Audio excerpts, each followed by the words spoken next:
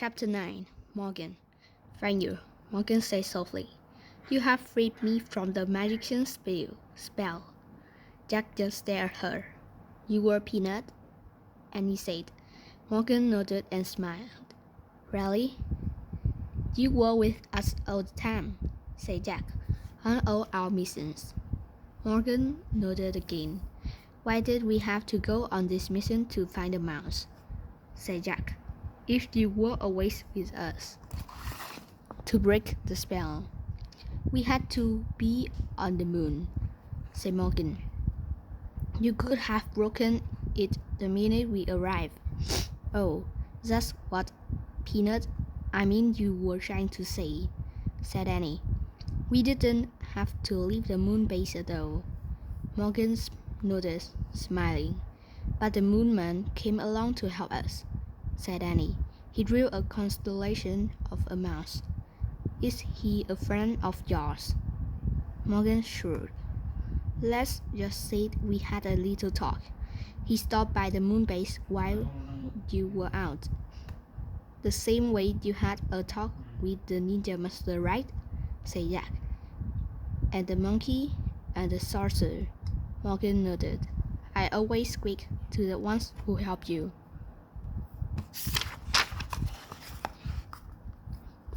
But how did they understand you a mouse? Said Jack. Morgan smiled again.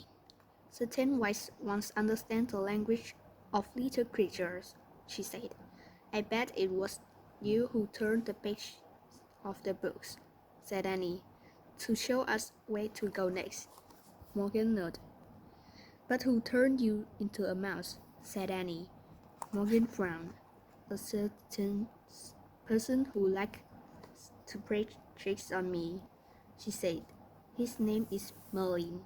Merlin, said Jack, the richest magician who ever lived. Morgan sniffed. He's not that rich, she said. He doesn't even know I have two brave friends who help me. Us? Said Annie shyly. Morgan nodded. And I thank you both with all my heart. You're welcome, said Jack and Annie. Morgan handed Annie the Pennsylvania book. Are you ready to go home now? She asked. Yes, said Jack and Annie. Annie pointed to a picture of the Fog Creek Woods. I wish we could go there, she said. The tree house started to spin.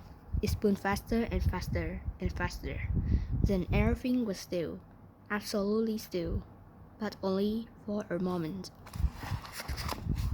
Chapter 10 Earth Life.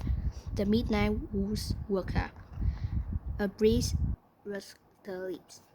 An owl hooted. The sounds were soft but very alive. Jack opened his eyes. He pushed his glasses into place. He smiled. Morgan was still with him. He could see her in the moonlight. Her long white hair was shining. Morgan, can you and the treehouse stay here? Said Annie. In Frog Creek. No, I must leave again. I'm afraid, said Morgan. I've been gone from Camelot for a long time. She handed Jack his bag. She brushed his cheek. Her hand felt soft and cool. A bit of moon dust still on you, she said. Thank you, Jack, for your great love of knowledge. You're welcome, said Jack. Morgan took on one of Annie's breasts. And thank you, Annie, for your belief in the impossible. You're welcome, said Annie. Go home now, said Morgan. Jack smiled. Home was Earth, that bright, colorful world where everything was alive and always genuine. Bye, Morgan, said Annie. She started out of the treehouse.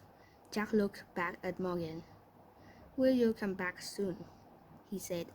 Anything can happen, said Morgan. The universe is filled with wonders, isn't it, Jack? He smiled and nodded. Go now, Morgan said softly. Jack followed Annie down the rope ladder. He stepped onto the ground. The wind started to blow. The tree started to shake. A loud roar filled Jack's ears.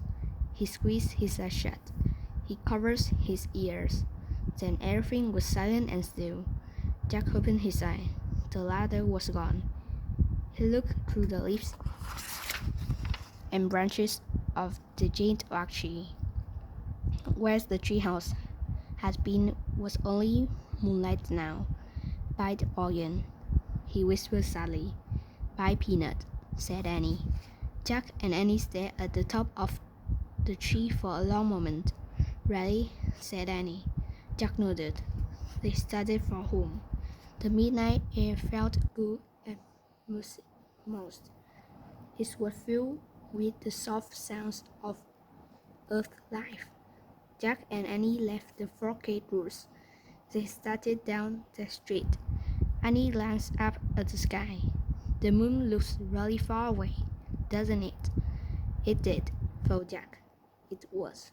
"I wonder how the moonman can be up there all alone," said Annie. "What do you mean?" "I mean who helps him put on his spacesuit," said Annie. "Who helps him to get up when he falls down." "And who is he?" added Jack. "Who do you think he was?" said Annie. "He must be a scientist or an astronaut from Earth," said Jack. "No, I think he's an alien," said Annie. "From another galaxy." Jack scoffed. "What makes you say that?" "I just feel it," said Annie. "Wrong," said Jack. "There's no proof that aliens exist." "Maybe not now," said Annie. "But don't forget, you were in the future." "Oh, brother," said Jack. They crossed the yard and climbed the back step. Annie tiptoed inside the house. Jack followed her. Before he shut the door, he glanced up at the moon. Was Annie right? He wondered. Could the moonman have come from another galaxy? Morgan's words came back to him. "The universe is filled with wonders, isn't it, Jack?" "Good night, moonman," Jack whispered.